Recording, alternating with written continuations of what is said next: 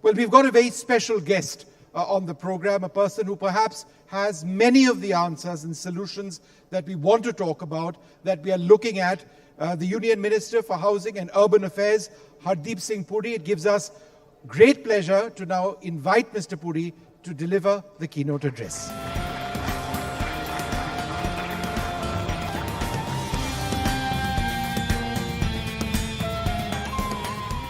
Thank you very much, Vishnu. Thank you, NDTV. Let me start by conveying my warm greetings to many of my friends who are here today. I'm particularly pleased that this program is specially for you. And if I were to start recounting each of our associations, I think that will take a long time. We are looking at this issue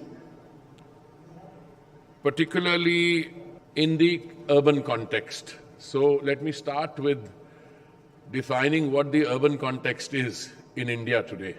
Any context setting that we do in terms of our cities, we should start by acknowledging that you will have 400, 500, going up to even 600 million people living in urban spaces in the years to come.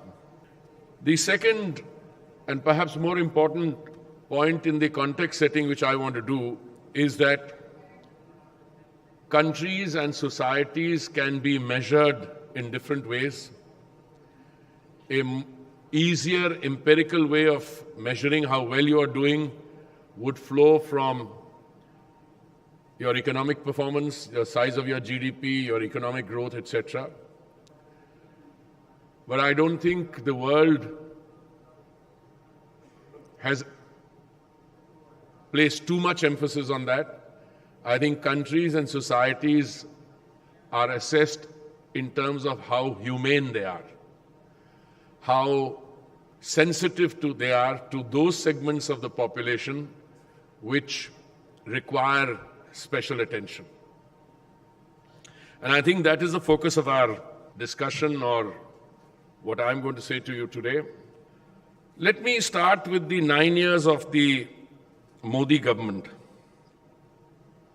I think in terms of the philosophical construct of the government, it comes from the point that the philosophy is from Antodaya se Sarvodaya. In English, that would be from the farthest first, which also, by the way, is the philosophy of the Sustainable Development Goals, which were adopted by the United Nations, or the Agenda 2030 as it is called. That Agenda 2030 started later, but I think the Modi government started putting these philosophical coordinates in practice when the Prime Minister assumed responsibility in May 2014. What have we done in the cities? In the year 2016, model building bylaws were issued by the Town and Country Planning Organization under my ministry, which was then known as the Ministry of Urban Development. In Chapter 8, there is a detailed set of guidelines that city governments or urban local bodies and state governments have to comply with. Some states and urban local bodies are proactive, and you see changes happening on the ground, and gradually the local population too generally becomes more sensitive. Today, till now, as we speak, the provisions in the building bylaws for differently abled and elderly persons have been enacted by 28 states and 7 union territories. Therein lies the catch, but like being a state subject, the central government can issue a model law, as we did for RERA, but it is for the states to legislate and make compliance more stringent. I often say this in my public engagements, but I think this is a very good point which bears repetition here. The success of a government project really lies in the fact that it transcends from being a government project to a project of the people. And the Swachhta Andolan, or the sanitation campaign, I think is a classic case, because there it has become a Jan Andolan. Indore as a city turns up number 1 in the Swachhta Sarvekshan or the sanitation survey we do year after year, year after year.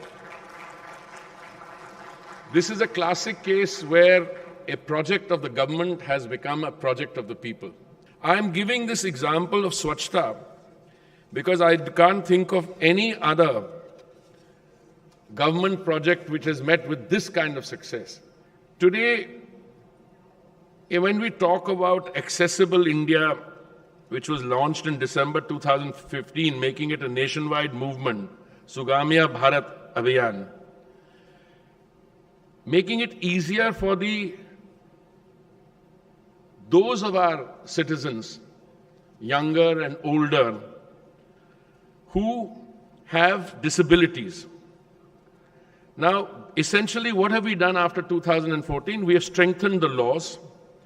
The Right of Persons with Disabilities Act 2016 was enacted, making non-compliance of provisions punishable under the law. Together with enactments, a rigorous campaign was launched to ensure awareness among all sections of society. You might ask, is that enough? To which my answer would be, no, it is not enough. But then my response would be, this is what the government can do. The rest has to come from society, and that's where people like you, my friends, Mrs. Chona, civil society, all of you have to step forward. Why? For the simple reason that governmental action can be helpful, it is imperative, it is a must, but it has to be supplemented by what the corporate sector does, and I find many of my friends whom I meet in other events done by my friends in the corporate sector, they have to step forward.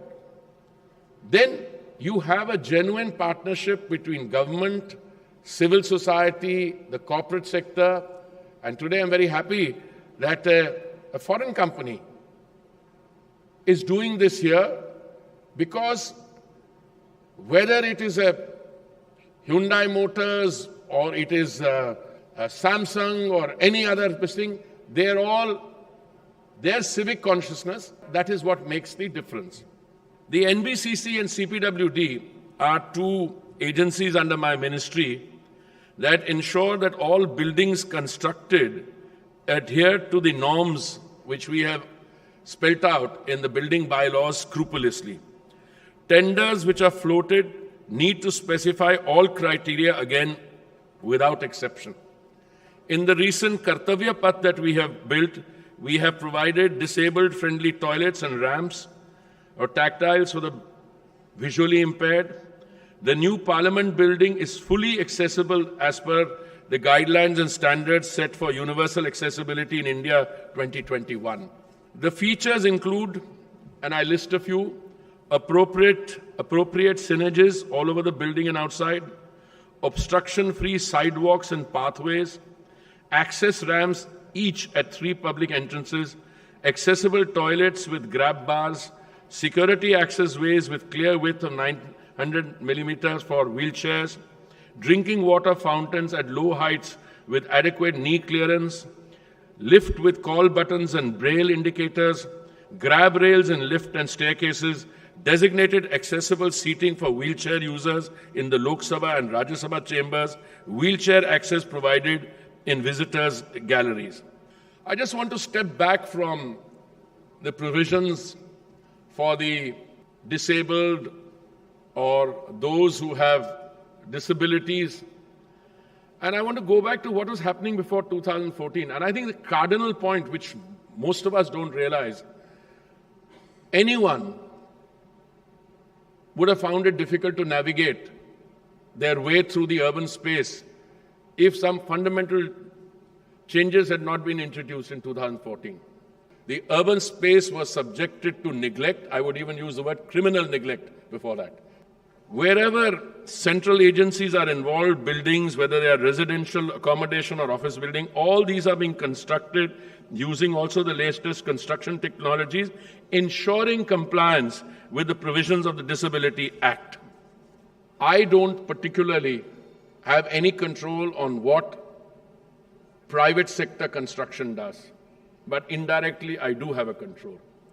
If I can ensure that the building bylaws in the urban local bodies incorporate the provisions which makes it easier for my friends on wheelchairs or with other disabilities or those who are visually impaired, then the rest will follow. Going forward, let me say very frankly, as the Minister for Housing and Urban Affairs, I am very happy to assume responsibility on this front. If there are things that still need to be done and have not been addressed, I think at a central level, we would welcome those suggestions. Therefore, I exhort each one of you to play your part in pointing out both where there have been derelictions by individuals, or if you think that the government should have been more proactive, you must pursue your local bodies and galvanize them to action. And I find that every interaction with the Divyanjan, I have come away energized and rejuvenated by their spirit of courage and their thirst for excellence. And I think the sky is literally the limit. It is we who have limitations in our thinking and abilities, as I keep saying. So I want to compliment NDTV, Mr. Pogalia, and our sponsors for hosting this show.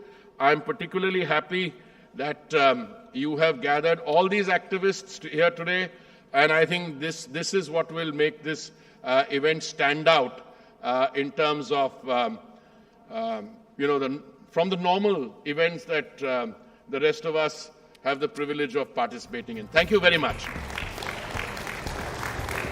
I'd like to invite on the stage Mr. Unsu Kim, MD and CEO of Hyundai Motor India, Mr. Tarun Garg, CEO of Hyundai Motor India, to present a small memento to Mr. Puri. Thank you very much.